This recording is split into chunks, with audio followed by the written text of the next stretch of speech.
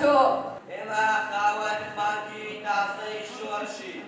ئێمە هێزی ڕاپەڕین و هێرشی ڕۆژێک دادێت لای خۆزگە هەڵەکەین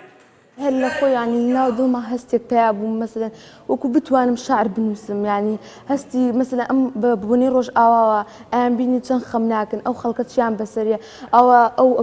اكوجيان هميان لتوباتكرين يعني زور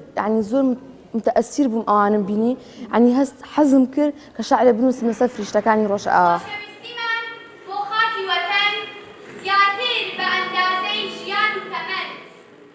طبعا لم چالاکیانەیە توانای قوتابی بە دەردەکەوێ قوتابی کۆمەڵی خولیا و ئارەزووی هەیە لە ناو قوتابخانەکان ڕەنگە نەتوانێت ئەو ڕۆڵی خۆی ببینێ بەڵام کاتێککە دین لە چالاکیێکی وا قوتابیەکان بەشداری پێ ئەەکەین دەبینین ئەو قوتابیانە ئەو توانا و تاقەی کە هەیەە دەتوانن پیشانی قوتابخانەکانی کەشی بدەن پیشانی چالاکیەکانیشی بدەن کە ئێمە ئەو قوتابیانین کە ئەو توانایانەمان هەیە.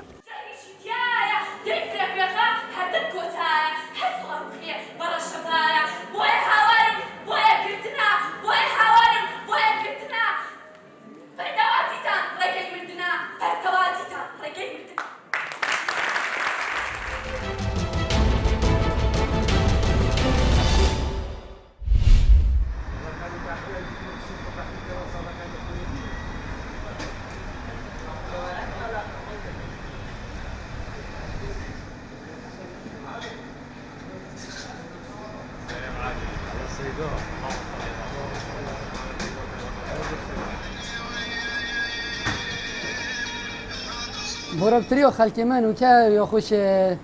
شربتة شاكير نوفدا خوديري خستين وبري خدها شربتة عصير طبيعي موزي فادخون قندوري فادخون تين طبيعي برتقال هنارو هاي سندي وهاي انانوس وهاي بورابتريو خالكي ما بورابتريو نوكا ساعات كانت شيء طبيعي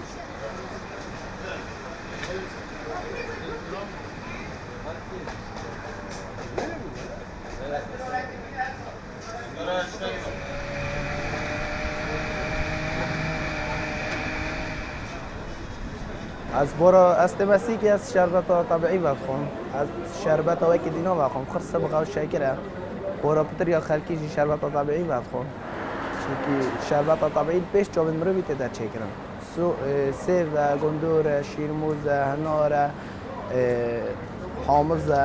گره کالا شربت طبیعی برا پتر یا خلکی شربت طبیعی بخون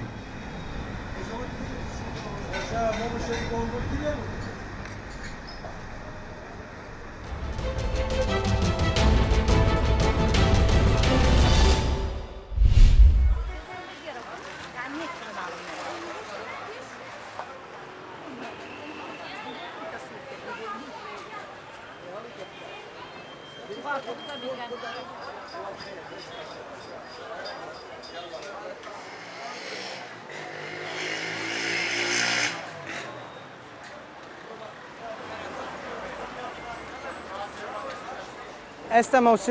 موسمی فەرشەکان فەرشە لە بازاری حەسیرەکەیە ئەم ساڵ نەگەڵ ساڵانی تر زۆر جیاوازە لەگەڵ پار و پێرارە ئەم ساڵ موسمیکی باشە لەخوا بەزابێ ئەوەیە نرخەکانیمان هەرزانە لە چاوی پارەکە ئەتر ئەوە دوسێ بابەت چوار نوع بابەتمان هەیە جیاوازە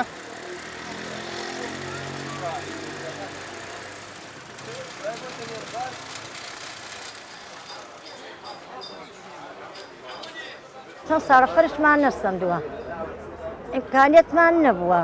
ئێستاوا لە فەرشێکە گەڕێین ئەکە لە ئیمکانیەتمان بێمەتی بە 3000 ئەیکڕین